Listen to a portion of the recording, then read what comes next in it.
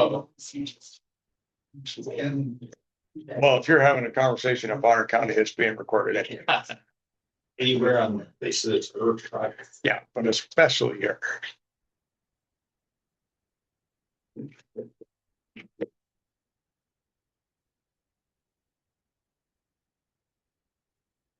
Well, to get no answer from Mexico, maybe we should just roll.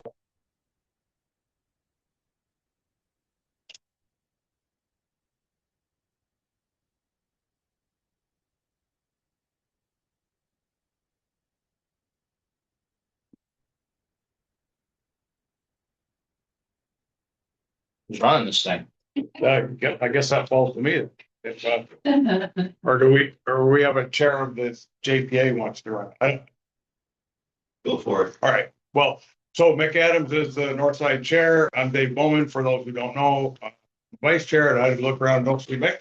He may have, I almost forgot about this meeting. So he may have. So we have a joint meeting of all three districts here, maybe just, well, let's stand for a pledge of allegiance first, and then we can do a brief introduction. I pledge allegiance to the flag of the United States of America and to the republic for which it stands, one nation, under God, indivisible, with liberty and justice for all. So maybe we could just start. I'll start. Dave Bowman, Northside Fire District, and we'll talk while you're on the table. Derek Gallon, Northside Fire District. Richard Townsend, Sagle Fire. Gary Supiger, Sagle Fire. Geraldine Lewis, Sagle Fire. And then Westside Fire. Scott Hesherkamp, Westside Fire. Early Glass, Westside Fire. Nick Pierce, Sagle Fire. Lucas Butson, Northside Fire. Okay. All right. So there isn't really an agenda for this meeting other than to discuss the results of the levy and where we go from here. So I mean, there's no structure, as far as I know. Anybody want to kick it off by any chance? Sure. Or, okay, I had a feeling you would. I wrote some stuff down. Again, playing that, Chief Armstrong, by the way, for those who don't know. Well, sorry. Well, maybe on Zoom or. Yeah, for the record. So, we talked about kicking off some levy efforts in Sagle and Westside previously years ago. It feels like we've been doing this for about a decade. I use the analogy of being the head coach, right? And you guys are general managers and the front office staff. So when I jump into these meetings, I generally just like to share my thoughts and really what it looks like, the playbook and how things are going to play out on the field. So I wrote some stuff down. I've been kind of mulling over in my head for the last few hours, really kind of where I see the future going for the two districts. And what my vision is, and that's an opportunity for you guys to tell me that my vision is incorrect. For Westside, I think we all feel some levy fatigue. I heard that term here a little bit ago. And I think for myself, for sure, because I'm the one out on the field with the players and taking the fray in public. So there is some fatigue there, but I think we need to ask the question about Westside. What does that future look like? Should it have been a temporary levy? Do we want to go again? Somebody had mentioned to me in the public that, well, you just keep putting it on the ballot till it passes. Well, I don't know that that's a strategy, but certainly the numbers aren't as horrible as they could have been. Even with the smaller ask, the community still said no.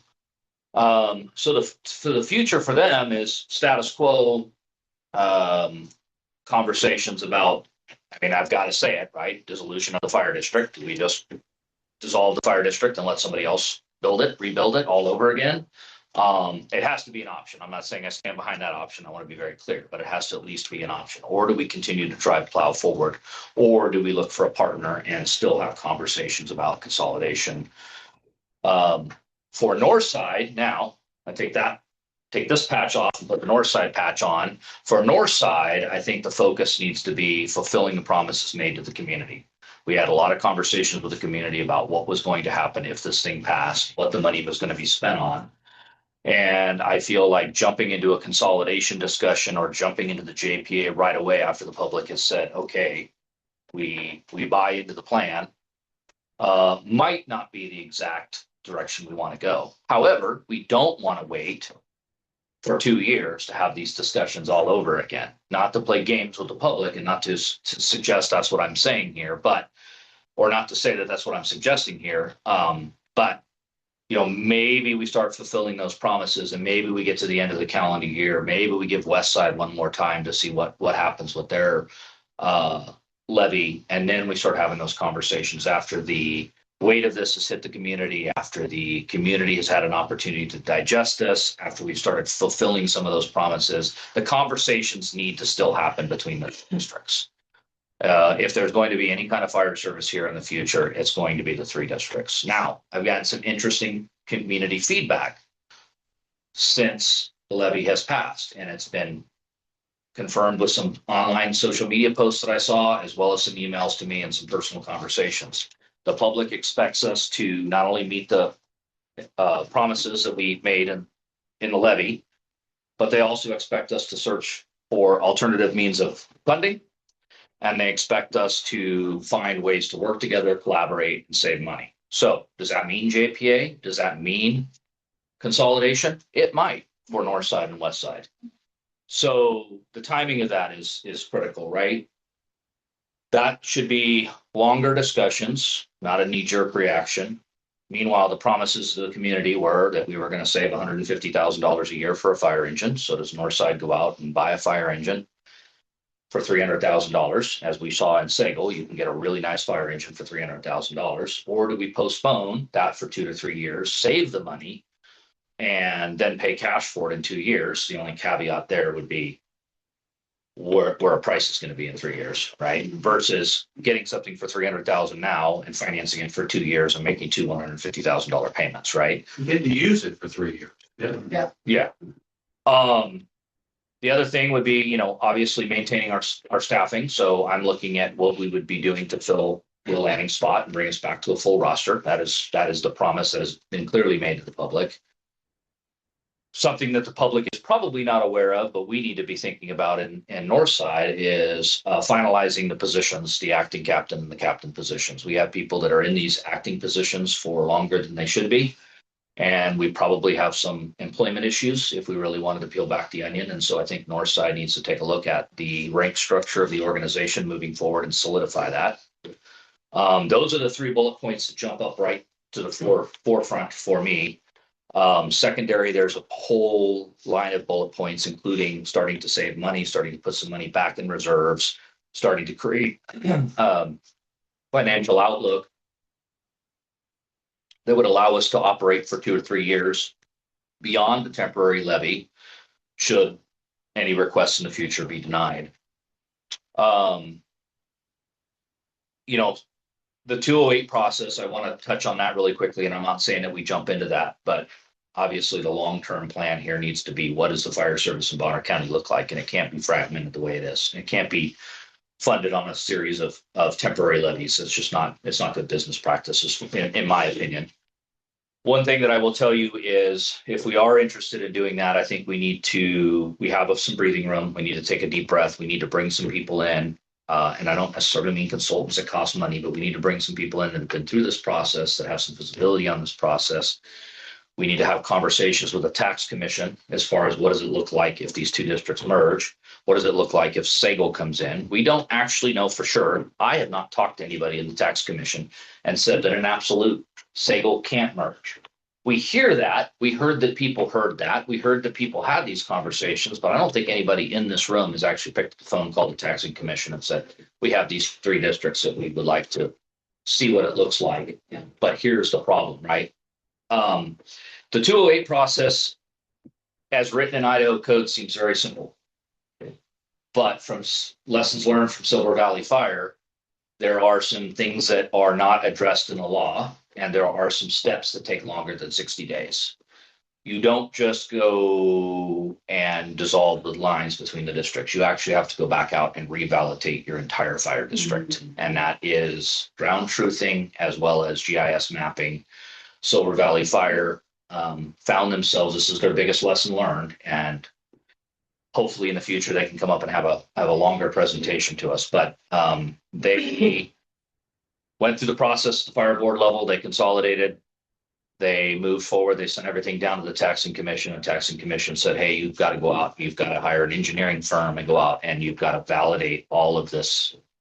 What's the time frame on that? Within what? Like if you had just done it the year before, are you already exempt? No, because part of that is you have to redistrict. Within the district. So that's a new thing. And you have to census the population. And I'm not saying it that they won't accept the plan from us. I just don't know who in this room has a skill set to do that, right? That's more of a, a T-Shore, BH or an engineering firm that's going to go out and do that for you, as well as demographics and population and figure out how the districting is going to happen. So what happened is they consolidated. They were one taxing district. They were ready to levy, and the county said, well, yeah, this isn't approved and you've already dissolved your other districts. So they were faced with a situation where they were not going to be able to levy for a year. They had a fire district, but no way to levy.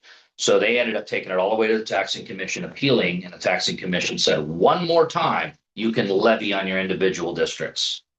And then you have to have all this done, and then we will levy on the new district. But they actually got ahead of their skis. So when we start talking about long-term plan, maybe having some discussions at the end of the calendar year about what's this look like in the future for these two districts, between that time might be a good opportunity to have John Miller come up, or their fire chief, Dietrich, I don't remember his first name, come up and make a presentation on here's our lessons learned. Maybe get somebody in here to take a look at, I don't know if if it's in his wheelhouse or not, but re-engage Tim to come in and have a conversation about what does this look like. Maybe get some quotes from some firms to say, what would it be to go out and validate the boundaries? And then we would probably have a better idea when we get to the end of the year. Is this something that we're going to do in the future? So that was my thought. I wanted to talk on the 208. I kind of wanted to share what my priorities are. I talked a lot about the priorities in Northside. I think it's important to maintain those priorities and to meet those promises for the public. For Westside, if there's silver lining, nobody's losing their job, right? But our service level is still extremely subpar. And arguably all the districts don't have enough resources. And I will close with one other thing. ISRB is on site today going out and flowing hydrants. And the good news for Westside is that and this is back to what I said last year but apparently they forgot that they made this promise. It sounds like we're back on the plan to evaluate all three districts as one fire department. So the good news is we'll get a better rating. I mean, the bad news is it's going to be one rating and it might be a little harder to explain to the public. But even for Northside, when you look at the community risk and the commercial here and the number of firefighters, we're not getting the right number of firefighters showing. But now all of a sudden you go from having 3 firefighters to having 6, 7, 8 firefighters showing up. That's a game changer. For Westside, we might protect the ISRB rating. For Sagle, I don't know how it'll play out, but more firefighters isn't a bad thing. Bigger fleet isn't a bad thing. Where we'll lose our points are, staff stations, historical records. We shouldn't lose any points on training. That looked all really good. It's quite the process. So I wanted to throw that out there. I literally saw the guy at 10 o'clock this morning at Dover Station, and they were going out to do hydrants. And I told them about the levy, and I said, you want to go flow all these hydrants, but I at least got to tell you, we're still looking at the same staffing. And he goes, things can change. I'm not the boss. But this is the conversation that we're having. He goes, we made some phone calls to ISO, and ISO told us how they do it. And so we're kind of looking at doing it the same way. So that's all I have, Mr. Acting Chairman. Are you getting acting pay right now? Yeah. It's double what I normally get. Okay. So I have a question on your comments about Westside. When I looked at the voter result, you had over 50% of your community in support of it. Yep. So temporary would undoubtedly pass because the community already more than 50% supported. And doesn't seem like, well, it's just, it was encouraging to see those numbers as opposed to the first time. Yeah, I don't share the chief's feelings about temporaries. Geraldine and I have some experience with this, with the school district. I mean, the school district ran temporaries for how many cycles? 10 cycles or more? We had to. Yeah. Legally, we couldn't run for a permanent until we had successfully in a row passed 7 or 8 So we. temporaries. Yeah, It was a huge burden. for education. I'm not saying things are a little different. And it's our view that we're just extending the pain. It is true every time, and it's an enormous amount of work. You also have to take into consideration given the voter, I'll just say attitude here for lack of a better term. You can't count on getting this levy again 2 years down the road. We can't.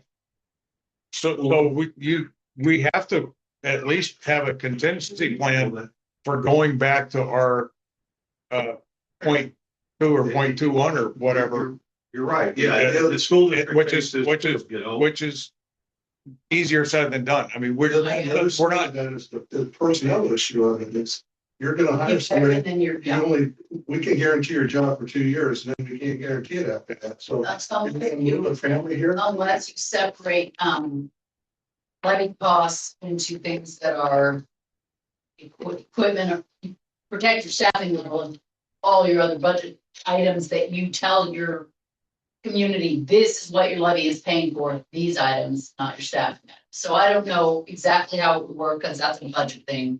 Yeah, I don't think we But- got the numbers. We don't have the numbers, but the equipment, for sure, one thing, but you can't fight a fire without. Northside needs both. Well, we need Yeah. people. Number one. We need bodies. Yeah. I Well, think- I'm not saying it's a solution, but I thought that the voting numbers were more positive this time. and I agree, it's 60.3, I think. Something like that, 60 something. I went down to elections. Get this on your website. I did not know we have. Website.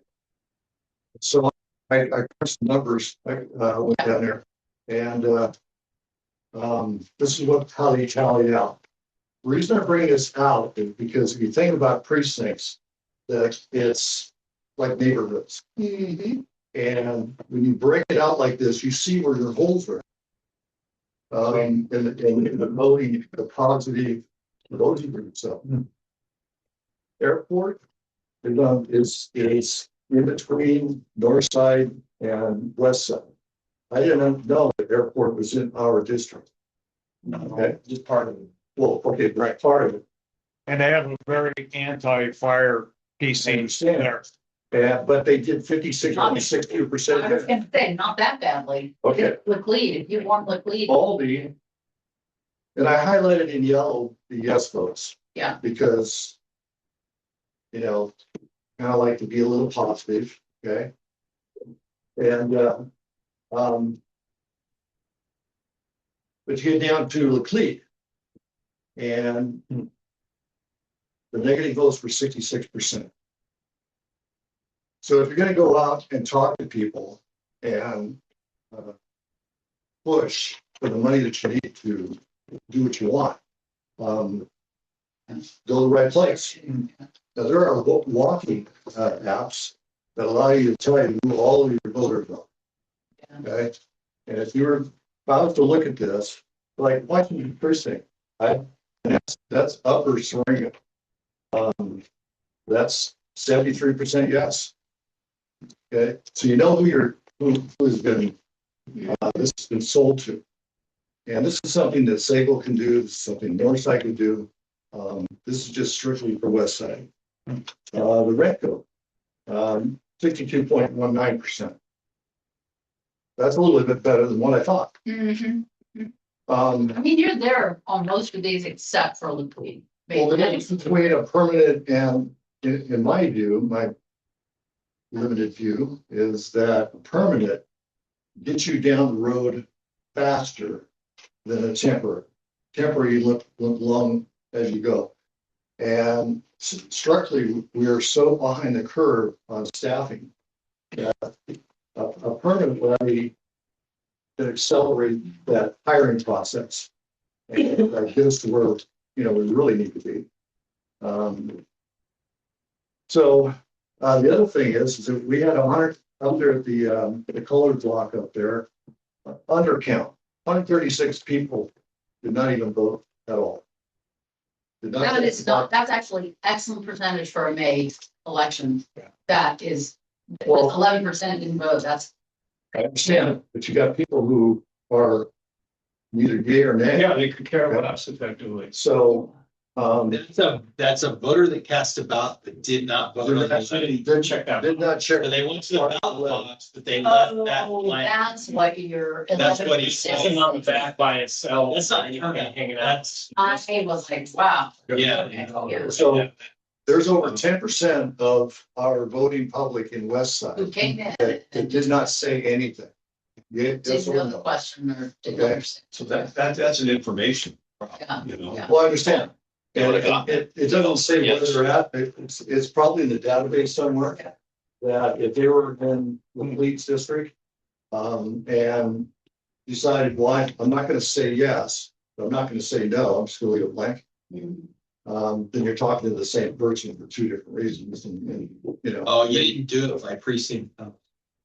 what's that? Yeah, The But, yeah, undercount. That's a total undercount for the whole district. yeah, Yeah. you didn't break it out. No, Yeah. it wasn't in the. Come on, Merlin. Jeez. This is also, I can find That it information- online, and you could probably go. That information is You'd have to available get for every election and it's great. Yeah, I can- It is pretty But interesting. the point is that, well, how many districts does Northside have? How many precincts? I'm gonna guess 4 maybe, but I don't know. Well, see, I didn't know we had 6. So there's no shame in not knowing, but now that I know that these people live in these neighborhoods. And that by their voting record, I can say where we need to go and sell our product. Yeah. And Find out who the precinct committee man is. For those areas. Oh, So we You know have, how those PCs are. we had yes votes, 651 yes votes, 431 no votes. Okay. And then, of course, the 136 voter undercount. And so that's kind of a scientific drill down into how the vote went. On the 208 issue, JPA is an administrative tool. 208 is an administrative tool, but functionally for one department. When we guys roll out like that accident on 95, it's all hands. And so I think, you know, whether we're 208 or not, we're operating the same way. Is based on the Northside's levy passing, is there a plan or a talk to alter the battalion chief position that's currently in Dover? You mean physically move it or financially alter it? Any discussions to change the makeup of how it exists, right? Location or anything? No, I don't intend to change the location. Financially, there are some things that Tammy and I are looking at for the next budget year. To not only, how do I want to frame this? To make sure that Westside isn't overextended, to make sure that Sagle can address some things that Sagle wants to address. And then there will be an opportunity for Northside to potentially come in on the shared cost with that, which might give a little bit of relief to Westside as well. So that has to be approved. That's a new concept for Northside. I'm springing it on to the commissioners that are sitting here, but that's something we need to have that conversation about. They've been gracious enough to give us a vehicle and pay for the fuel, but at some point we probably need to have a conversation because as to Merlin's point, it is all hands on deck and Northside has and continues to have the greatest community risk and will continue to be one of the most active fire districts we have. So we all need to keep that in mind. They aren't solving your issues here with volunteers that don't show up and 3 people on a fire engine. It's just not happening. So. Well, I'm this vote that we just had, that was the first time the public had seen these new numbers. And the voter turnout overall was 41%. Right, 41%. 41%. Which is About just county. is still low, isn't that low? That's high. Well, in just across the precinct that voted for, we had 56% turnout, a 53% turnout, a 48% turnout. And Laclede, the one with the worst numbers against the levy, was the lowest in our precincts. 40 and voter turnout 41%. I think we won't know unless we run it again. Same numbers, same ask. I don't know that it would change financially based upon another fiscal year. And for us, the selling the water tender, the discussions about selling the water tender to help build back our reserves and to maybe take some pressure off of that shared position cost that's digging into us. I despite the levy fatigue, I say we run it again. It's only the second time they will have seen this revised number. And in the November election, I'm reading that they're going to get a greater voter turnout. Does that mean more people that are for or against it are going to show up? Well, the statistics are that additional voters that come in November are more likely to be supportive than not. We ran ours 3 times to get it, and each one was different. We kept adjusting what we were doing to the feedback we were The getting. question remains whether or not it's gonna be permanent or temporary.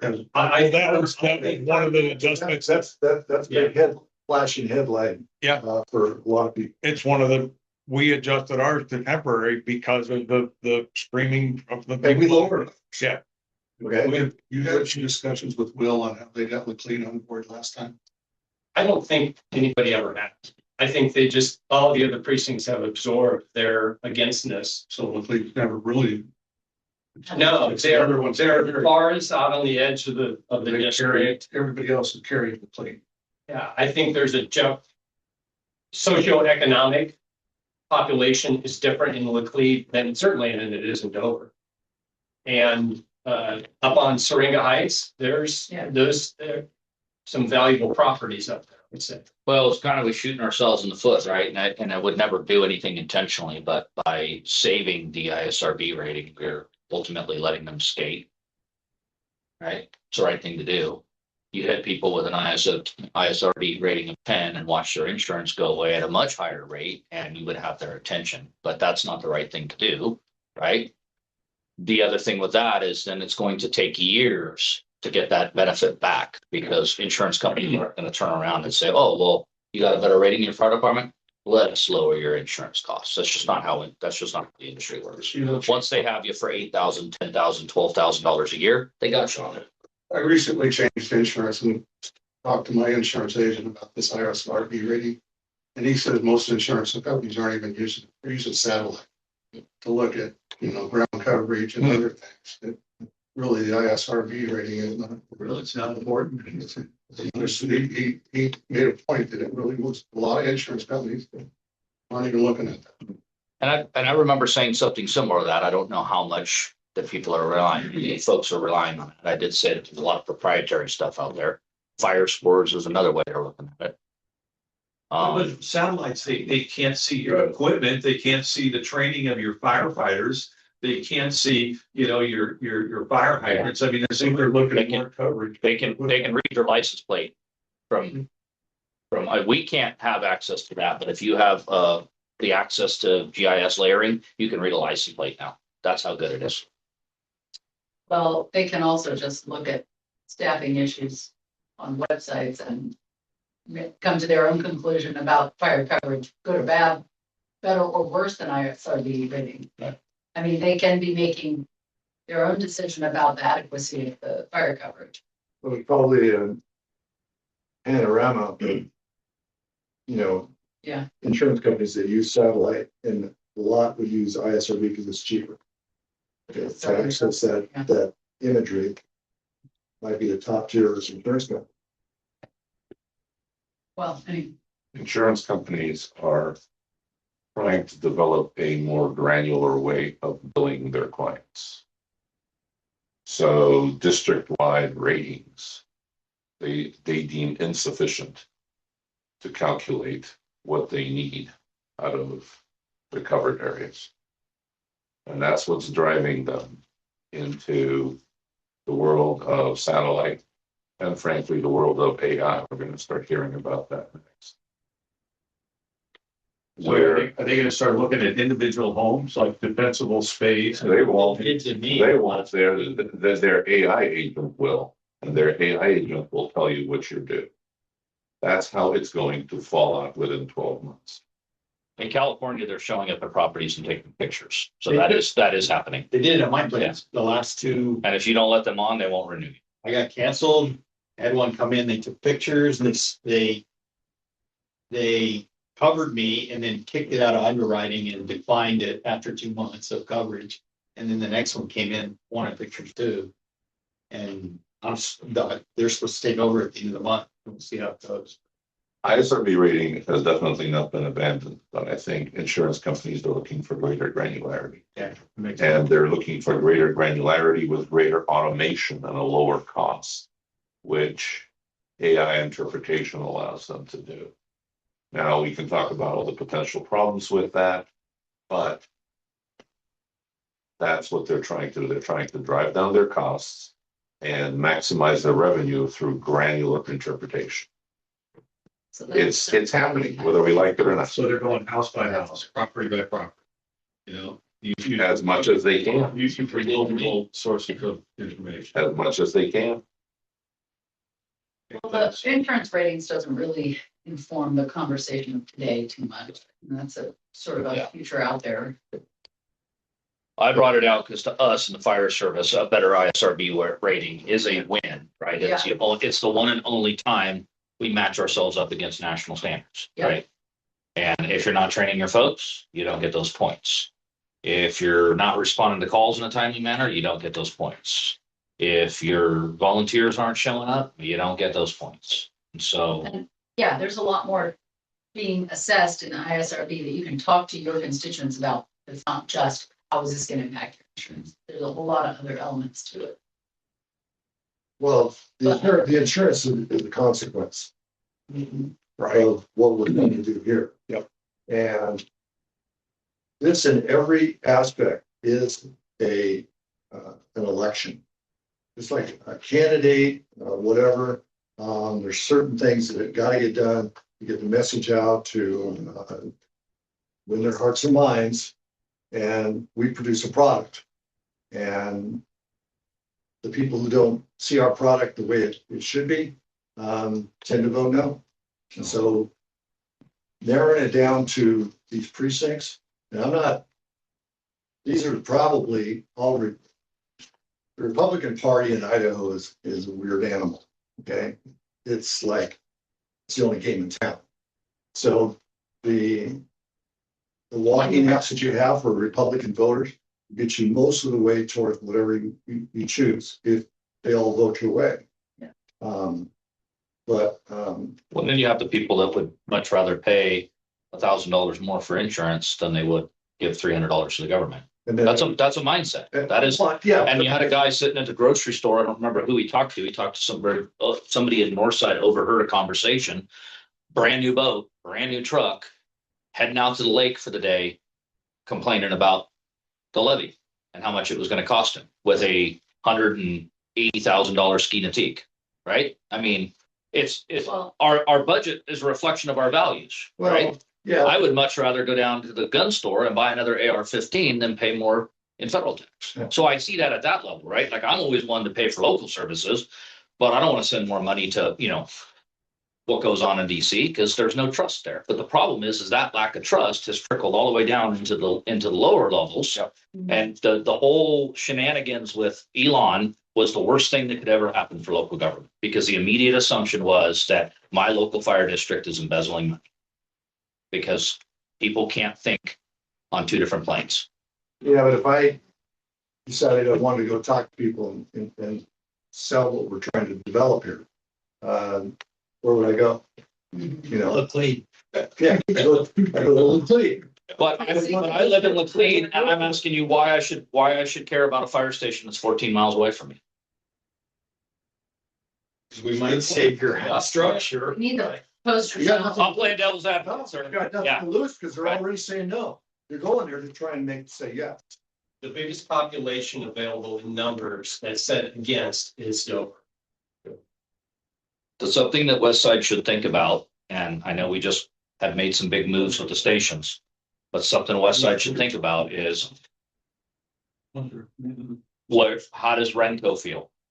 Right? I'm not saying that we move the staff again, but if you say, hey, this is what we want to do, we want 2 people on. And if you do this, we'll have the safety factor and we'll move them back to Renco.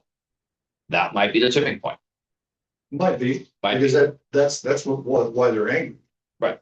They say, But- they think they bought a fire station and a fire truck and no people. Well, I don't know that, they just may be, that's the way they are.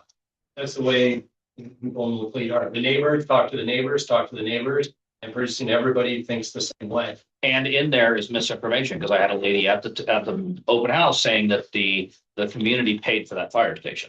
Right? They're like, hey, we built this so we had a place to vote. What? That's not the story I heard.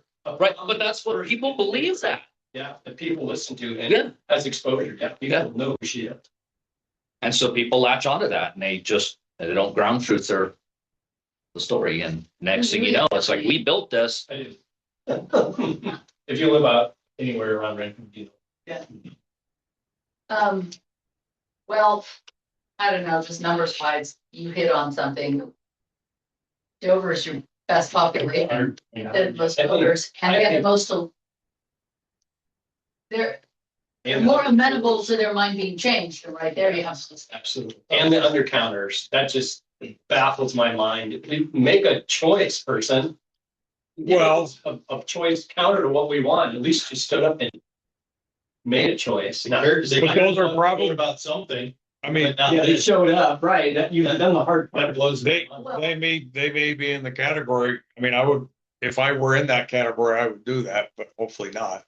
Well, If of just not knowing, It's not also- having- not having researched Right. or hearing sides, you don't know who to believe, so you just go, And maybe they're, sense, where they just can't decide because it's hurting their pocketbook too much and they're too, their finances are too Yep. tight. And so they don't want to hurt the issue, so they're not gonna vote on it. And it's true, by not voting on it, they don't hurt the percentage. You Yeah. only need the percentage of those who voted on it. Yeah. So those who didn't vote haven't hurt you, they just haven't helped you. So And don't you have to respect that a little bit though, right? If somebody's saying, I don't have enough information to vote. I mean, but that's not what she's saying. No, but I was going back to his point. So what I'm saying Yeah. is they're not voting, Right. at least they're not hurting us. Then if they are like, yeah, I can't decide, so I'm gonna say no, just on principle. Well, As then opposed to the state that I came from, if it was on the ballot and I didn't understand it, I knew automatically I needed to vote no. Ken brings up a good point too. There's probably more old family in maybe in Laclede Oh, and that have, they inherited a house or they bought their house for $85,000 and now they're being assessed at $900,000. They haven't done anything to it except paint it, put a new roof on it. Yeah, because of where it is. Yeah. Their property tax is automatically gone up, just nothing about And it. even though it's absorbed by Yeah. amortization and people moving in and the mill rate changing, it's still more than what it was. And they see it going up, it's going up. It happens to me. One of the things we saw in the first levy was also that the distrust that people have in the county goes down to us as well. Yeah. So you talk about the person has done nothing to their house, but they added a deck. They probably 2 years after get dinged by the county and have to go through the hoops of getting a building location permit for a deck, having to chase down the fire chief to get a fire sign off, right? So they've already had the bad taste in their mouth. And that's one of the things when I finally did the public facing push against, which has been nothing but positive on this fire sign off thing, by the way. I've not heard one person other than Darla Fletcher publicized that she got the runaround from me. Or I gave her the runaround. But is all of our interactions with the public through the building location permit has been negative for the most part. There's a few people that understand we're put in a situation, but it's just like when I bifurcated the code enforcement out of the fire department previously. I said, guys, code enforcement officers aren't in the community making friends. why do we want them in a fire department uniform? We don't, right? We Yeah. want to be the community's friend. So let's put them in something that looks like a police, even though I will oversee the division, but let's get them out of the fire department uniform. Let's So just say- kind of the same thing. So I'm hoping that streamline the process through the people that are very supportive of doing away with fire sign-offs or restructuring the process. Hopefully those folks will start telling the story that, no, maybe the guy from California isn't all bad. I'm sorry, the guy from Hawaii is. I was just gonna say, Yeah, Well, we have, if you look at total ballots cast, it's 1,218 people that voted on it for West. That's not a lot of people. And so I think we're really in sales. But early, if I was, the website commissioner, I would run another levy. Well, And I would run a permanent one, a temporary one, and I would run it in the fall, because there's over twice as many voters in the fall. And those additional voters, are more likely to vote in support than opposed. I wouldn't be afraid of a temporary levy, because based on the experience the school district has, after you build a bridge to the community, and have a series of temporary levies pass, then when the timing is right, you run a permanent levy.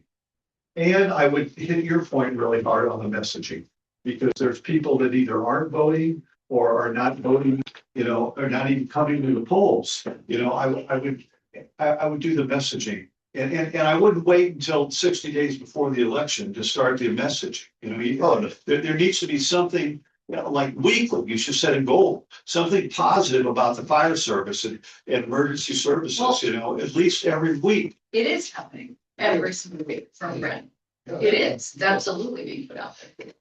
if we just kept what we got right here, we could pass. You would pass the temporary, you would pass. So nobody changed their vote one bit. But the mark to pass it is only a 50+1%, which is a Exactly. huge difference from Exactly. the majority. Amen, yes. You put So full. I think you have your meeting, right? I wouldn't be afraid of it.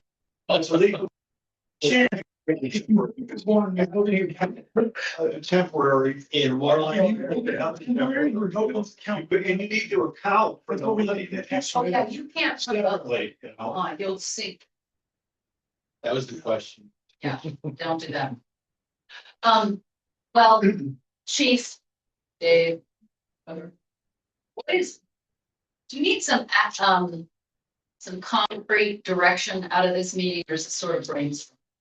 yes, Both. well, I think it's just brain. it is brainstorming. I mean, it would be the last one that we had that was similar to this. That's all what came out of it was more questions got raised than answered. And What I'm thinking is we could shift it on potential future levy elections, which are a whole different workshop, you're singing my song. and turn it right back to, okay, next steps for Northside. You passed a levy. What's your next plan? What do you want Chief to do next? And if that's your goal today, then we can redirect and put it back toward that. Yeah, I didn't have a goal, and that's why there wasn't really one on the agenda, because we didn't know what we were even gonna be talking about today. Whether we'd have one or two passes or failures or what.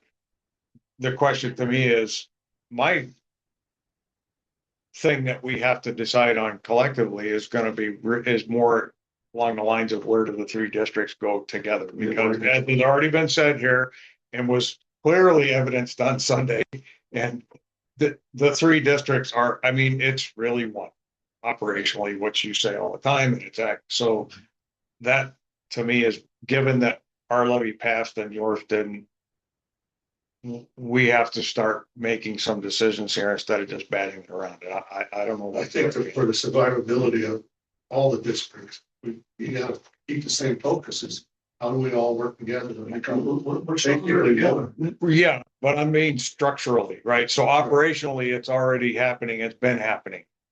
And it increases What's the best process? JPA, 208? structurally speaking, yes. That's, and I'm willing to start doing some work on that. I mean, I haven't really, because it was, without knowing the results of the levy, would have been premature. But I'd be willing to go talk to the folks over in Cicero County, for example, and just as an independent journey to go over there and just sit down and that kind of thing. Talk to the tax commission and whatnot, just see what are the realistic options that we should be considering and get them narrowed down and start making decisions. The three people that I've talked to, the two people that I've talked to, and the one person that posted on our Facebook, and I haven't responded to that because there were some fees. Apparently he's not pro impact fee either. So I was going to invite him to come to a meeting and share that. But the three people again, two people that I've talked to, one comment I've seen is they're not going to vote for it again. They vote for it this time. They're not going to vote for it again. And they expect us to come up with solutions in the future. And so the only solution that we have is to build a wild end program that brings in bukus of cash, and we can be like Sand Hollow and have a $4 million budget while our tax levy is $30,000. You can see where they're making their money. Or, and we'll get beat up for that, right? Because we're sending equipment out of state, all that other stuff that goes along with that. Or we have to figure out what does it look like going back to zero here and zero at Westside if Westside doesn't succeed in November. And what's the future look like? Good news is we have 2 to 3 years to figure that out. But I don't want to sit back, and two things I don't want to do is go crazy with money in Northside and sit back and let the 2 years go by. I am tired and I don't really want to deal with another levy, but I'm going to do what we need to do for the team.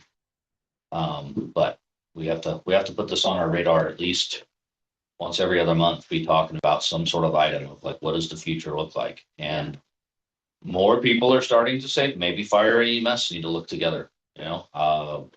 Somebody that was very anti big government and consolidation has now changed his tune. What's the guy's name that's very vocal? I don't know. on I'm social just media? about big government. I love it. But we could probably annex some Hawaii in too. Yeah, now we have a good shot. There's a gentleman that's very, very vocal. He lives out in the West Ponderay district, and he's been very vocal. Oh, about Boucher, you're talking yeah. about.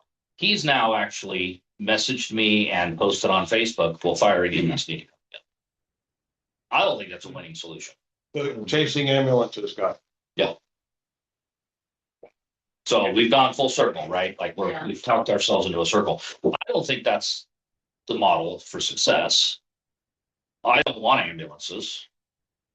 I'd love to be a deputy chief again, so Chief Lindsay can be the fire chief. That's phenomenal. But I think that EMS has more opportunities in different areas, and one of the things I do agree with Tim Nowak 110% is that this isn't the county for fire and EMS. The service levels are too diverse. The geography makes it next to impossible. The expectations of the community are not there. You're going to have a fractured response. So for instance, Bonner County EMS has the statutory authority and a responsibility to provide ALS in areas like Clark Fork, but Clark Fork has its own ambulance. So how do you navigate that when you put fire into an EMS system that is fractured like that? So, but those conversations need to be had so that we can make sure that we're not looking at something that should be a solution for the future. So. So to me, a big barrier is that EMS doesn't have their own funding source. I mean, they're dependent on the county commissioners who could change it at any time. They have Our own taxing district. I mean, their own taxing district, and the problem has been the county's been running it like a department. It's a little incestuous, but they are a separate district. They have about a $4 million budget based on levy in Bonner County, and Okay. people that even, and this is where it gets contentious, so because people that live in Schweitzer still pay the EMS levy, even though they're serviced by Schweitzer ambulance. So there's some angst there. But they have about a $4 million budget, give or take 100,000 in there. And their billing is about $1.2 million. So this is the very simple data I could show to tell people, because I know Chief Stocking was, we got to get ambulances. It's a cash cow. If you just look at their budget, you can tell immediately it's not a cash cow. It's not. Unless you're looking at bringing that $1.2 million into your fire department to augment. But now you have to make a decision when there's a EMS run or a fire. You can only answer one, because at some point you have $4 million budget at 1.2 million of that is from fees. So it's like. this is 2 years ago budget, and that's very anecdotal. That's round numbers. So like 2.8 is tax from their levies. No, 4 million is taxed from their levies. Oh, and then in addition to that, you got the 1 billion and I one. believe their budget's about 5.2 million total. And again, I could be off 100,000 in both categories, but that was the budget I looked at when all the EMS drama was happening. I took a look at their budget, so. And it solidified to me that ambulances aren't a cash cow unless you're trying to bring that revenue into your fire department and you're going to maintain your fire department staffing. But for us to absorb all the EMS personnel, all the fire personnel and create a deployment model, it's still completely dependent on tax. So, oh, I'm sorry, go ahead. I mean, you just back to the temporary versus permanent levy. So in a temporary levy scenario, would that give us breathing room until other decisions could be made, consolidation, some other organizational entity that would become all of us possibly? And wildland economy. Right, all that together. And how does that fit into the hiring process of 3 new people jumping into a world of future uncertainty? It's no different than a grant position. So when you hire the safer grant people, you have a conversation with them and say, this is a 3-year position. And so you float it out there and you say, these are 3 firefighter positions that are funded by a temporary levy. It's our intention to keep these positions, but we may not be able to afford that. And you hire people that want to get their foot in the door, which is a ton of people. And those folks may come through the door and 6 months later, they may be working at Northern Lakes. They may ride it out. And then when you have to have that uncomfortable conversation with them, they say, look, we need a merging or we lost the levy, layoffs are coming. Those folks, if they could walk through the door, understanding it's a temporary position, it makes it a lot easier to say, hey, funding is running out. We really appreciate it. What can we do for you? How can we land you into another position? It's a lot different than walking in one day and telling Lucas he doesn't have a job. I was hearing something a little different too. I was hearing you say, if we have a longer range plan that involves some of these mergers where we get to a more stable situation as under 208 or under JPA, whatever, and we've gotten to a more stable situation, would these people employed by a temporary levy or a temporary levy here then be able to be factored in, like, so that you're offering the job saying, look, we've got this 2-year, and that's how safer grants are actually used. It's getting us that gap to where then we know we have a plan in place that's going to allow us to maintain this level of staffing. So what I was hearing you say was, would the temporary be beneficial in that it stopgaps us into what we have future plan? Am I wrong? No. It's a bridge. It's a bridge if at the other end, we have a plan that involves one of these other scenarios that we need a little more time for to come to fruition. Whether it's a consolidation of districts or it's. So you went into the wildland program a lot at the JPA. Yeah. And how, not quite sure on this, how realistic or how confident are you that we have the resources and the ability and the time to put something together that's going to supplant what we won't get if we don't get a levy next time around? And that's one thing. And the other is, I think at some point, and I'm willing to take as much of this on as necessary to go do the research on the taxing and the formation of under 208 with the people that have already done it. And if we have those 3 pieces of information, then it's almost like we need to create a matrix of sorts of what all the options are, because the permutations are, Yeah. they're not endless, but they're, and then Chief to start running permutations again. Well, but to really lay it out there in a Right. kind of a concrete fashion of what the options really are, because some of them are pie in the sky and some of them are realistic, and to then begin working toward a decision. I think the other question is, your voters can approve for your taxing district, the levy increase, temporary. I'm sorry, say that again. He was distracting me. The question, I guess, maybe to the taxing agency or whatever, if you go through the 208 process and your taxing district has approved the levy, but the other one hasn't or has at a later date, how does that affect? Because now you become one taxing district under 208. You lose it. I actually asked Mark that, and he said, ideally, there's no temporary levies when you do it to. He Okay. said, if you do it with a 208, They go away. then you come up with a consolidated mill rate. And then when the levy expires, you come up with a new consolidated mill rate. So You're basically coming in with whatever you have into the pool. It just sounds like some work. So I was told you lose it, but I could be wrong. you There do is lose it. Your consolidated. mill rate goes down and Well, you lose it, you go back. you down lose to it your when budget. you're 2 years running, Exactly. not You immediately. don't lose it instantly is As part of consolidation. So if I know the trigger of. you keep So it. this is the end of the question. This is what I'm saying. We have to talk to people and Yeah. maybe it's the tax commission. Well, Because maybe we go to the tax commission, we say, we have these 3 districts that want to consolidate, but one of them taxes differently. And the answer is, well, you just consolidate and then they take on the way that the other 2 districts tax, right? Rather than having to go through a resolution, passing up to the county. Like, we don't know that if there's a loophole there. And I'm not suggesting we do that. I'm just saying, this is where I hear things from people that have gone through this. And I want to say it was Chief Tominski. That may not be Chief Tominski. So if I say him, but there was a chief that told me if you have a temporary levy and you consolidate, you lose it. But that could have been something he heard from somebody. But again, and I trust Mark and I like Mark, but Mark's bill is also very flawed.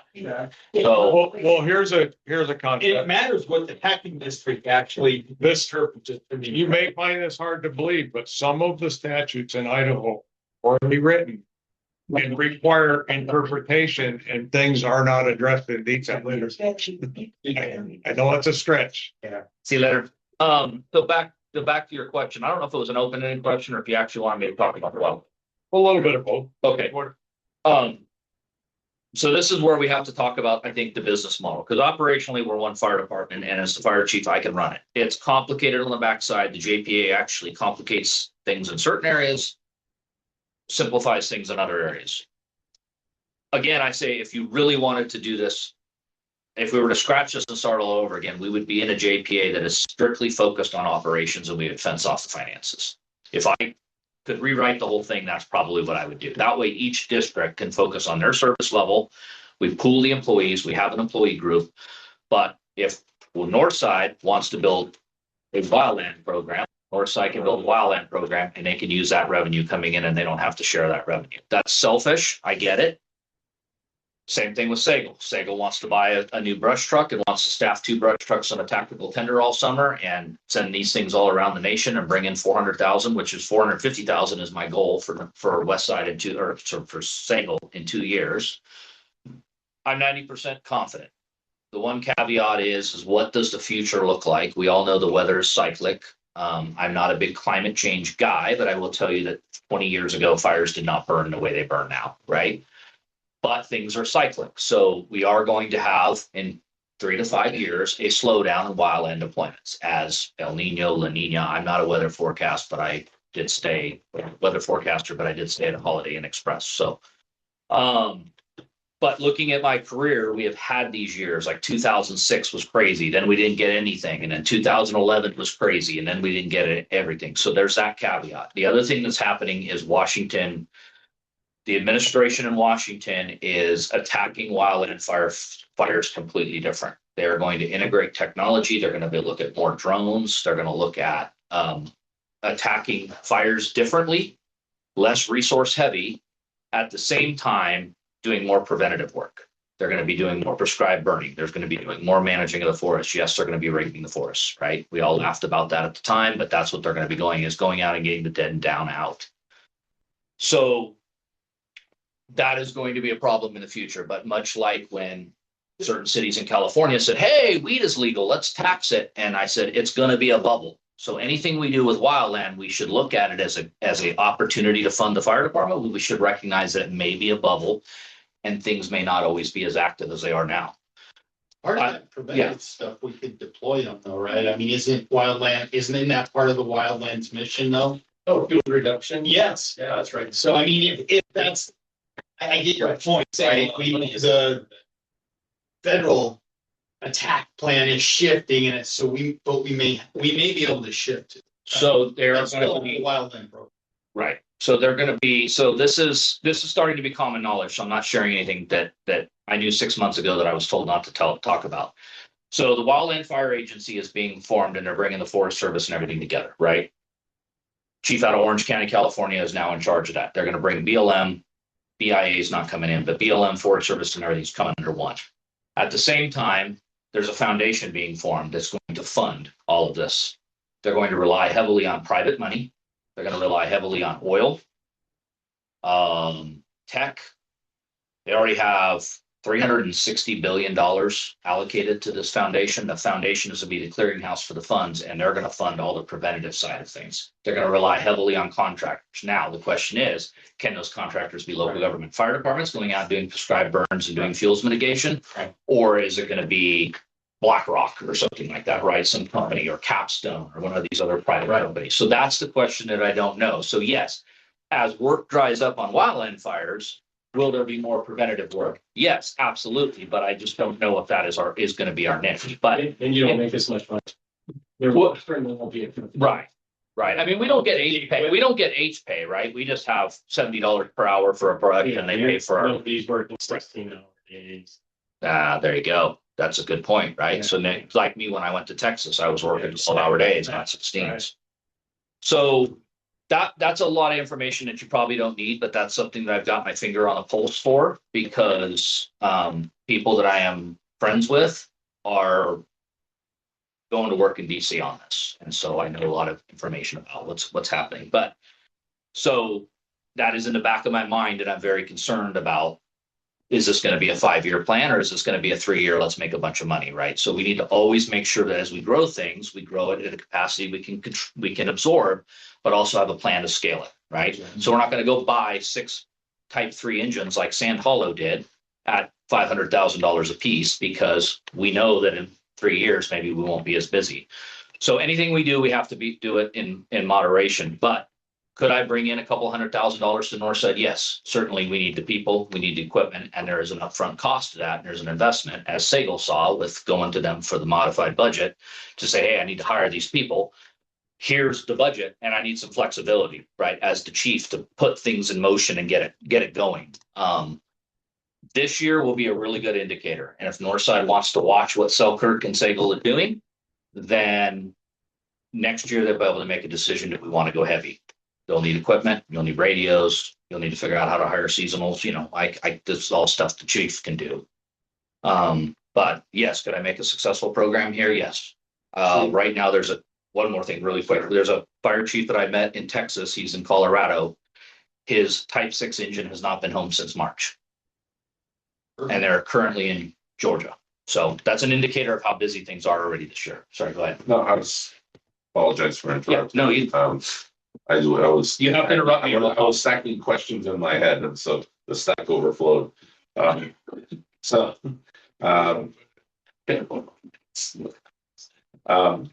So I guess the question I would have is, number one, why do we need to wait? Because I understand Northside can watch the success but in watching the success, we're giving up a year of what could be a 3-year cycle. Right? So I think, obviously we're not going to make any decisions here because we haven't agendized such, but I would be very interested in hearing more about this in a Northside meeting where this is an agendized item, where we can make some decisions about whether this is something we want to jump into, okay, and start bringing in that money. One of the things that I think, I would like to bring into Northside as the treasurer is I want us to look at the funds we're going to be getting from the levy, the funds we're getting from our regular income, the funds we would be getting from something like this. We have, I'm not going to call it a wish list, we have a requirements list. We have an engine that we keep talking about how it breaks down and gets more and more expensive to maintain every year, right? We have equipment we need to recycle. we're gonna recycle some, it's gonna need to get recycled again in 5 to 7 years. I'd like to look at our equipment lifespans, okay, and bring that into our regular budgeting cycle in such a way that these are not, whoops, we better do something about this now, we don't have the money, right? I would like us to do that in a very intelligent way so that if we don't have the levy renewed, let's say, the temporary levy expires and it's not renewed, that we don't find ourselves in immediate trouble. Okay, now it's going to be no surprise to anyone that I'm not a big consolidation fan, but okay, I will also say this. I think with all the energy we've spent here talking about potential consolidations, I'd like to see an equal amount of energy put into the very first thing you put up, which is fulfillment of promises to the community. One of the things the community was not promised was they weren't told, yeah, give us this money and then we'll figure out how to consolidate. We said, give us this money and we will do certain things. We need to do those things. One of the things we have spoken a lot about is distrust, right? How the distrust that other agencies and other levels of government have engendered has apparently flowed down to us. Well, if I was a member of the public listening to this so far, I'd be saying, and I was right, because you guys are talking about things that I didn't sign up for by voting for this levy. Okay? So we need to, I think, bring the focus back to how do we execute on the promises? How do we prove to the public that when we say something, it's going to happen? And if they empower us to do it, they're going to get the result they voted for. Because to me, that is the counteraction of the distrust, right? If we had a track record that we could point to, saying, you guys voted for this, we did it here. You voted for this, we did it here. You voted for this, we did it here. All of the naysayers and all of the people who are distorting facts couldn't fight that. Okay, so I think it's time for us to build the trust with our public. And I think an excellent place to start is following through on all the promises. Now, do we need to have very long-term plans? Absolutely.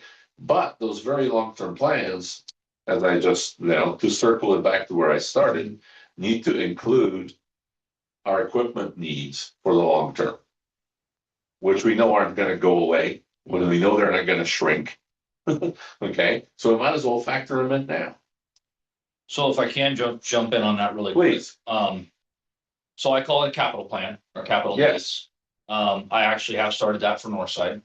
The issue is nothing was executed because we were facing this cliff and nobody was looking at, what else was on. We were facing this cliff and no one was focused on funding this stuff. What we haven't done is taken that, like I have with Sagle and Westside, and broken that down into a monetary terms so that they can look at, I think the number, Tammy can correct me if I'm wrong, but when I presented the capital needs plan for Sagle and Westside, it was around 900,000 we needed in the next 5 years.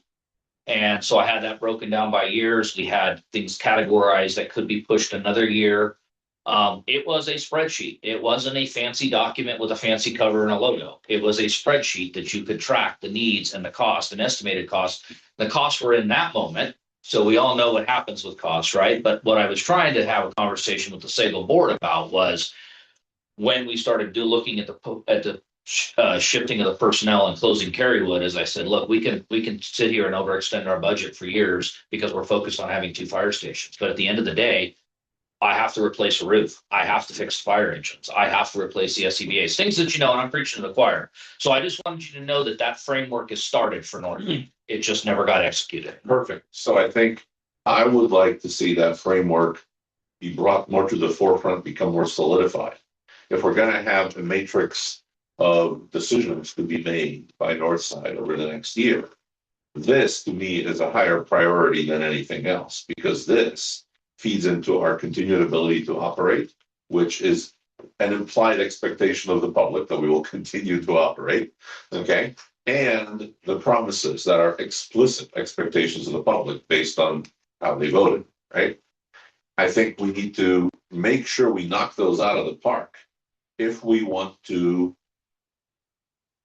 bring the trust levels up. That would be why. I want to put one thing Yeah. out here. What we promised to the public was we continue our current level of service. That is expressly what the levy was for, to continue our current level of service. And an engine.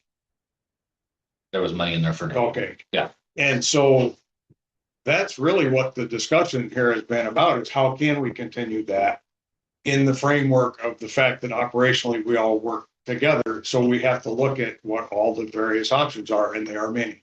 And I understand that, but I guess what I'm saying is one of the options that I would be really in favor of looking at very, very carefully is what you outlined, Chief.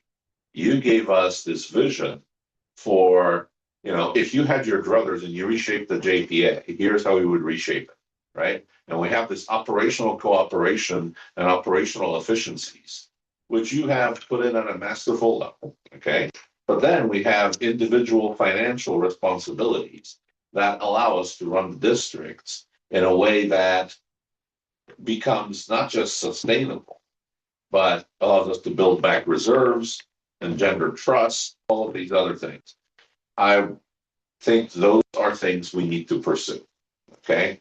And however we may, cooperate structurally, I think it's going to be a huge disappointment to the public if our first action is, let's figure out how to redistrict this thing so we can change everything. Because I don't think that's what they voted for. Right. And I think, if they voted for us to continue to operate as we do, then that wasn't part of the plan. And I think I hit that at the very beginning when I said I don't think the move for Northside is to jump into anything right away. But I also don't want 2 years to go by and us never to have at least talked about the elephant. There's another cliff out there. We're marching toward it 2 years, depending on which road we end up. So this part is actually interesting, okay? I took my admittedly out-of-date version of the spreadsheet that you presented at the last Northside meeting, and I added a feature. I added a feature that's called a trend line. Okay. And the trend line with the numbers that you shared was actually already going up. It wasn't going up by much. It was $454 a month. But the trend line was going up prior to levy. Okay. The negative. Hey, you know what? I'll take a plus over a minus any day, right? Because a minus keeps us away from cliffs. Or I'm sorry, a plus keeps us away from cliffs. A minus is going to get us to a cliff eventually. So I think with the right managerial inputs and with the right financial inputs, okay, we need to, and I agree with Commissioner Boone, we need to look at all options. But let's make sure we have worked those options to a very, very fine point and high shine. And I don't mean cosmetically, okay? Because to me, the heart is the numbers, the spreadsheet, and the curves. So don't worry about, the graphics and this. That's nowhere on my radar as a priority. But I think we need to have a refined sense of how we go into the future financially and what those options look like. Okay, and then that needs to be married with the public's expectations and what the public voted for. So go back to a couple of things, not to beat a dead horse, but I want to get to two things. So you said, why couldn't we do it this year? I think we're a little bit behind the curve on being able to hire seasonals. We talked about potentially bringing on some volunteers. We have to really vet wildland volunteers. We have to vet their availability as far as taking those people and saying, here's your bag, here's a roadmap, see you in 3 months. Probably not going to happen with those people, right? So that's probably the biggest hindrance for us is figuring out how to staff that. Then these folks can correct me if I'm wrong. I do think that the current brush truck we have would serve well, probably not long term, but it would be a good test for this year. Let's test run it. Let's put it out there. It is aging. It does have some design issues that I think we need to look at. and then real quick on the revenue for wildland. In theory, wildland revenue, and we shouldn't call it revenue, but it is, wildland revenue, in theory, should be coming back in to support your equipment, right? So getting to a place where we're using that money to pay for people is probably not unless it's seasonal people, is probably not the world we want to get into, unless that's scalable, unless that's quickly, hey, the faucet got shut off, we have a plan, right? So I like your idea, even though it isn't this way in our budget, because our budget is revenue and expenses. I like being able to look at the wildland revenue and see where that's getting reinvested in the organization. Then we can see what our taxes were before the levy, how that's being spent. And this is anecdotal looking at a spreadsheet. And then we can see, well, here's the additional revenue we're getting now from the temporary levy, and how are we carving that out? And that can be done in a spreadsheet, but I just wanted to make sure that we don't get to the point where, and I'm not talking bad about the organization in the Treasure Valley, but there is an organization I mentioned earlier that has a $4 million budget and their tax revenue is 30,000. They are on the radar of the state, right? Because the state has to process every single one of those invoices. And the conversation the state's having now is, if you're going to enhance wildland, we are all behind you. Make sure it has some state of Idaho benefits. So we need to, that's a leadership thing that I have to massage to make sure I'm building relationships, make sure that we're supporting Idaho incidents just as much as we're supporting national incidents. They pay the same. That's right. Yeah. But so I just don't want us to think that, well, maybe this solves forever. It can, and if it's successful, great. But two things. Number one, if the state clamps down on those deployments at some point, and the second thing would be is that the incidents dry up in 3 months. And so I think those all need to be part of the plan. We need to make sure we have a good path in, a good path out. You know, as you said, scaling up and scaling down. Okay. That's all about. But I just, I guess I have what in the 80s and 90s we used to in job interviews call a bias for action. Right. And it's like, why are we waiting a year? Why not do something? Right? Something. So I can speak to that, but you have to start hiring for wildfire seasonal positions in February. It's just we need an engine boss. You have to have the engine boss is the hardest component of that model up here. It's just not a resource you find, and by this time, they're all picked up. Yeah, we talked about this 2 meetings ago. Oh, 3? 4 months ago. Yeah, at least. So, I mean, And the compensation, it sounds really bad. The compensation that we had to do for our engine boss to stay competitive, because the private industry is paying 60, 65, 70 bucks an hour for engine bosses. You got to realize it's a seasonal position, no benefits, right? 3 month, 4 month maybe position.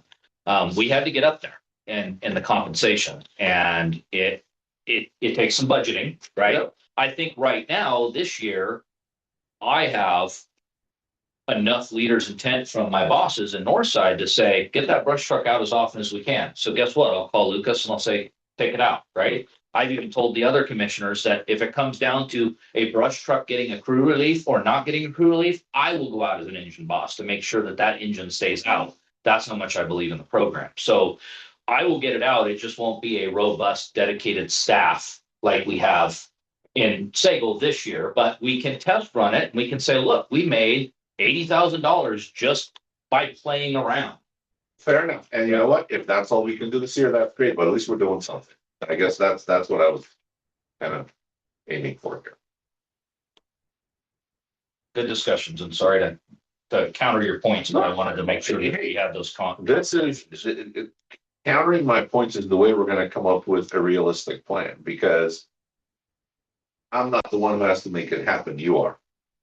I can ask for all sorts of pie in the sky things. You need to tell me what you can really deliver. So, I have a question. How no, sorry, your time's up. No, fire away. how can we support you guys to decide what you can? I was gonna try to bring it back. Yeah, I think that's kind of what. You mean the levy? Yeah. Yeah. And I do I have. can't make any decisions. We want I you know. to be strong. I But want you to I be think part of the there's a organization. positive reason to do it in November. And I say that because of the results that how we broke out and how we're asking for a permanent. Yeah. How the money flows and what you can use it for, it's all it is this. I was gonna ask Tammy for our next Westside meeting, put the levy discussion on our agenda. Because we're already in June, so it's not too long before November.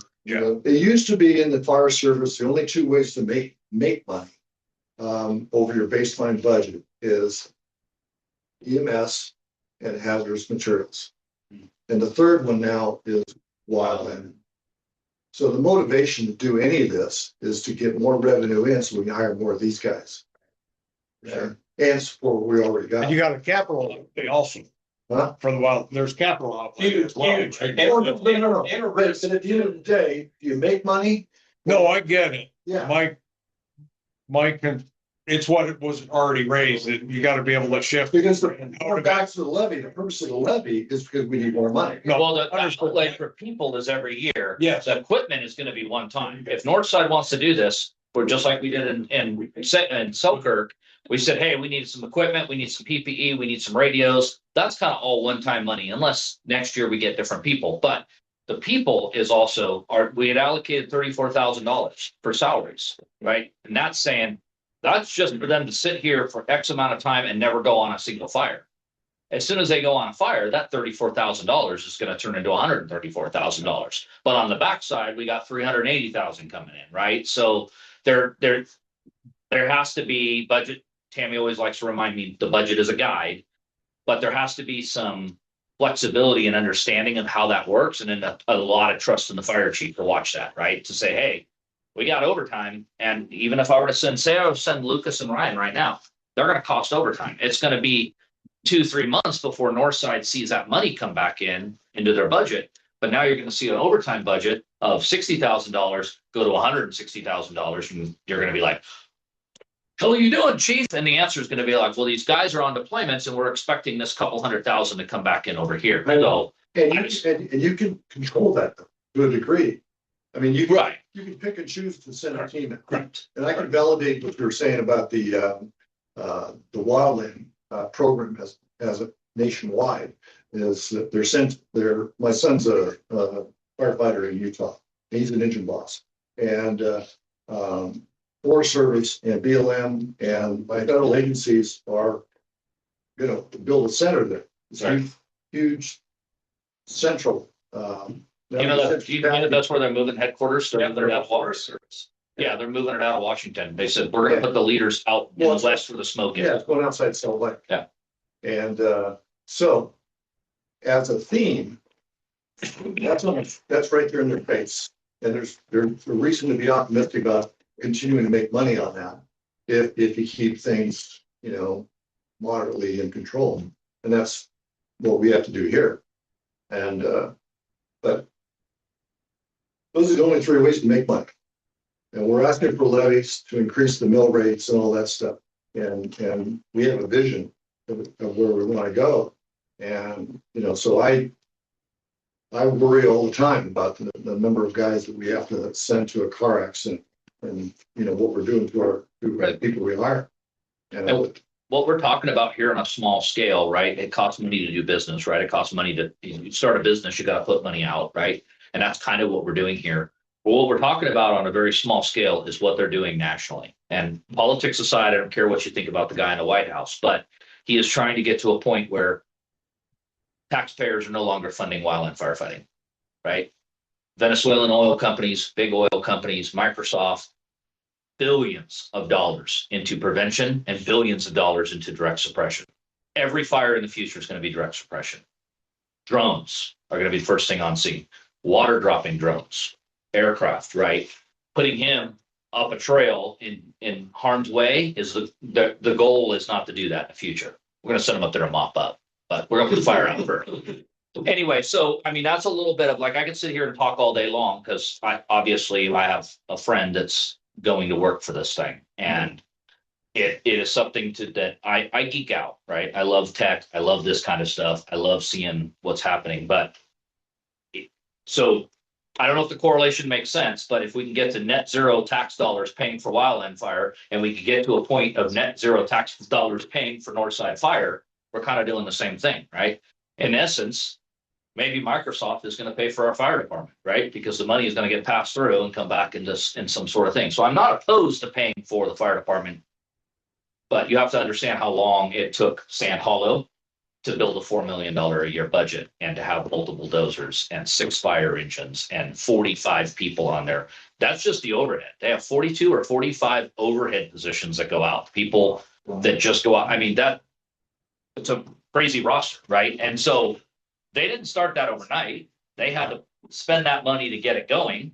And then each year it grew. I don't know if they grew it scientifically or if they just grew it and said, hey, we're just going to throw people out there till we make money. That's kind of what I was talking about the capital outlays that are how fast you can stand up this program is going to be largely dependent on how much capital can get outlaid at what rate to build it.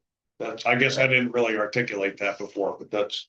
And I didn't articulate the overtime thing. What I was really doing there is saying, as we get into the last months of the budget, if you see overtime growing, understand why, because that's a hot button issue that oftentimes in cities puts a fire chief in the hot seat, right? What's going on with overtime? And I had this discussion with a city I worked for, is they were all about sending things out and being part of the system, not because of money, but because there was more of a let's help our neighbors. We want a picture of our fire engine in Southern California. That was the philosophy there. They thought that was cool. They didn't care what it cost. Then I started talking about the money that could be made.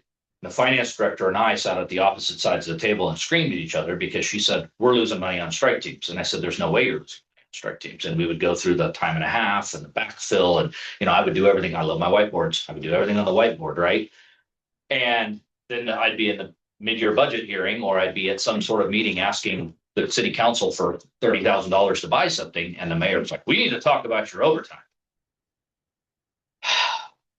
Then I'm looking to a finance director who is basically my version of Tammy there and asking and looking for support in, well, let's articulate how much of this is strike team and deployment money and how we're going to get paid back. But that person on that side of the table was like, yeah, I don't know what the chief's doing. And I'm like, oh my gosh. Also knowing that you have to have that bank to be able to spend it on overtime before you get reimbursed. Yeah. And Northside Yeah. doesn't have that. I mean, they might now because they sold some stuff. Right. And Westside, was very close last year to being really strapped. So, yeah. So when I get fired for overtime costs, just know that I told you, remember the state time. But, that should be easy to show the revenue coming in, and the revenue here comes in much quicker than California. California took 6 months to pay, Cal OES. Well, and quicker now than it has before, right? Because with the state, Idaho said they would do. Well, that's on an EMAC. That's not on a normal deployment. So on Right. a normal deployment, we have to turn it in within 45 days and they pay us generally around 60. Yeah. So 3 months-ish, right? And if we're better at that 45 days and we don't drag it out like I did on my Texas deployment, it'll come in faster. So. I think it's worthwhile. I think you end up with employees that are better trained, more accomplished, more accredited. Yeah. And that speaks to what you were talking about to the public. They see a better, capable fire department. And then, we were looking at a brush truck for potentially down the road of Sagle. So Sagle has a plan for a tender or a brush truck, right? The idea is to make some money, bring that in. We were looking at one and the conversation was, well, we need to buy something that's not for deployments. We need to buy the right piece of equipment for Sagle. Send out the old stuff, right? Which we can't do in Westside because of the single cab issue, but we'll get there. But we had a brush truck come up a couple weeks ago and all the troops looked at it. It's not the right one for us, but the conversation was, let's buy something that's purpose built for us that will serve locally, something that will work well in the snow because we do have issues getting up some roads in the winter. And so that's why I had them bring that engine in and we started talking about it. And I even got into the whole, man, I could put your bags here and you can have all your sleeping bags. And I was like, wait a second. Once we replace this, then that becomes the one that goes out. And so in my mind, that's what I like to see as a revenue come in, go into our fleet, and then have a plan for replacements down the line. And then we don't send out junk, but we can send something out that's 4 or 5 years old. Yeah. Hey, Merlin, I have some thoughts about the precincts. Yeah. We should talk. Okay. I think it's a new environment. There's maybe a different way to approach these people. Well, and it represents Sagle as well. You're a Yes. combination of neighborhoods, called precincts. Oh, yeah. And knowing where those people are that are not voting in your way, is good to know. Because all of a sudden, my agent will end up in that neighborhood, you talk to the people and, you win a couple of votes. I agree. I mean, Good to see you. See, bro, See you. on that note, should we just wrap it up? Does anybody have anything further? Or think we've kind of beat everything to death pretty good. Chief, any more? No, I appreciate being able to share a lot. I know there was a lot to discuss, but I don't get you guys as a captive audience that often, so. I guess I do have one thing. I was just gonna ask, anything from the Yeah. crew? Well, I think, kind of the purpose of this meeting, at least, the way that I saw it, is that we're coming together as three organizations to kind of discuss, like, how are we're already operations happen, as one, just like Marlon said, we're not, whether we're 208 or not, we're operating as one. Yep. But sometimes it feels like, from the firefighter perspective, that the administration may not be on the same page. Us as firefighters, I mean, there is more than double the amount of people that would normally be on any structured fire in this county at any point in time, sitting in this room right now. And I think that that's something, a perspective that maybe we should think about. And I think that it's difficult from the firefighter's perspective that, if, let's say, Northside is having some hardship, well, we have our battalion chiefs who are trying to make plans for operations of how we're going to do things for certain days or certain type of calls or whatever. And, that plan that they put together, we do training and we operate as one to try to figure out how we're going to accomplish that plan. But then, we have a hardship and we have less firefighters, so that plan needs to change. And this cyclical change means that we need to adapt, on a regular basis. Almost every 6 months, it feels like we're having to rethink and readapt to how we're actually operating. And so to disagree with the chief just for a second, instead of having operations all as one, but then have all the finances separate, I would do the complete opposite and have all the finances into one pool, whether that's through contract services or 208 or whatever.